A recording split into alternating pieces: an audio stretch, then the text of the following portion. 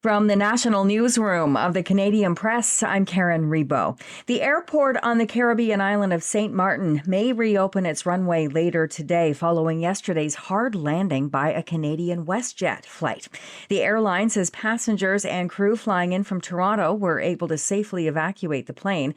WestJet says it's awaiting confirmation of what happened, but Canadian press reporter David Bowles tells us the airport has some more info. Princess Juliana International Airport Operating Company released its own statement regarding the incident. It said there were 164 people on board the WestJet Boeing 737-800 and 3 of them were taken for medical assessment.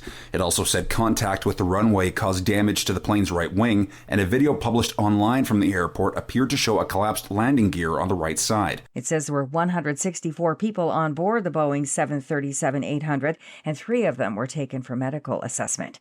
Police searchers have found the body of a third hiker who was presumed dead after going over a waterfall last week in southeastern British Columbia.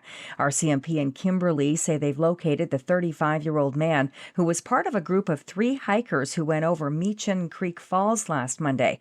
Police found the body of a 68-year-old woman that day and a 35-year-old woman the following day. Police yesterday said all 3 people were Mexican citizens. A group of long-distance trail runners in southern Ontario had an unexpected brush with a political heavyweight during their race yesterday north of Toronto.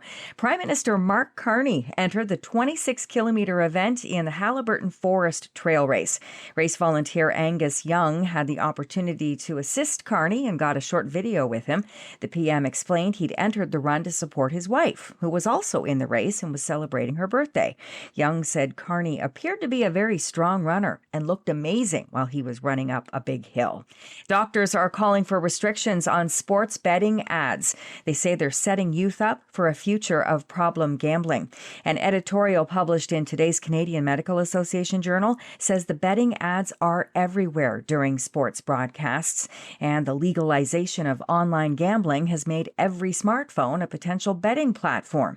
And Jodie Foster was among the Hollywood stars honored yesterday at the Toronto International Film Festival's Tribute Awards.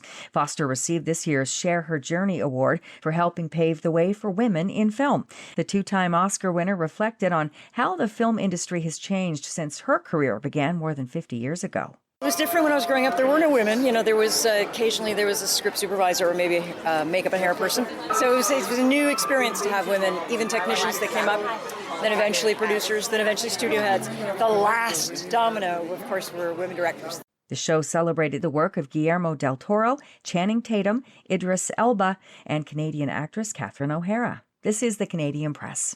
In sports, with regular kicker Tyler Bass on the injured list, the Buffalo Bills called on 41-year-old Matt Prater, who had been with the NFL team for less than a week, to kick a game-winning field goal from 32 yards out last night. Prater made the kick on the final play of the game and was swarmed by his new teammates as quarterback Josh Allen and the Bills rallied from 15 points down in the game's dying minutes to beat the Baltimore Ravens 41-40. The Chicago Bears will host the Minnesota Vikings in tonight's NFC North showdown at Soldier Field. The Vikings will have J.J. McCarthy at quarterback. In baseball, the Toronto Blue Jays still lead the American League East Division by 2 games over the New York Yankees after dropping 2 of 3 to the Yankees over the weekend. There's 19 games left in the Blue Jays' regular season. They've got the day off today, though, to prepare for a 6-game homestand that will open tomorrow with a 3-game set against the Houston Astros. From the Canadian Press, I'm Karen Rebo. Thanks for listening. Don't forget to follow and subscribe. For more of today's top stories, visit thecanadianpressnews.ca.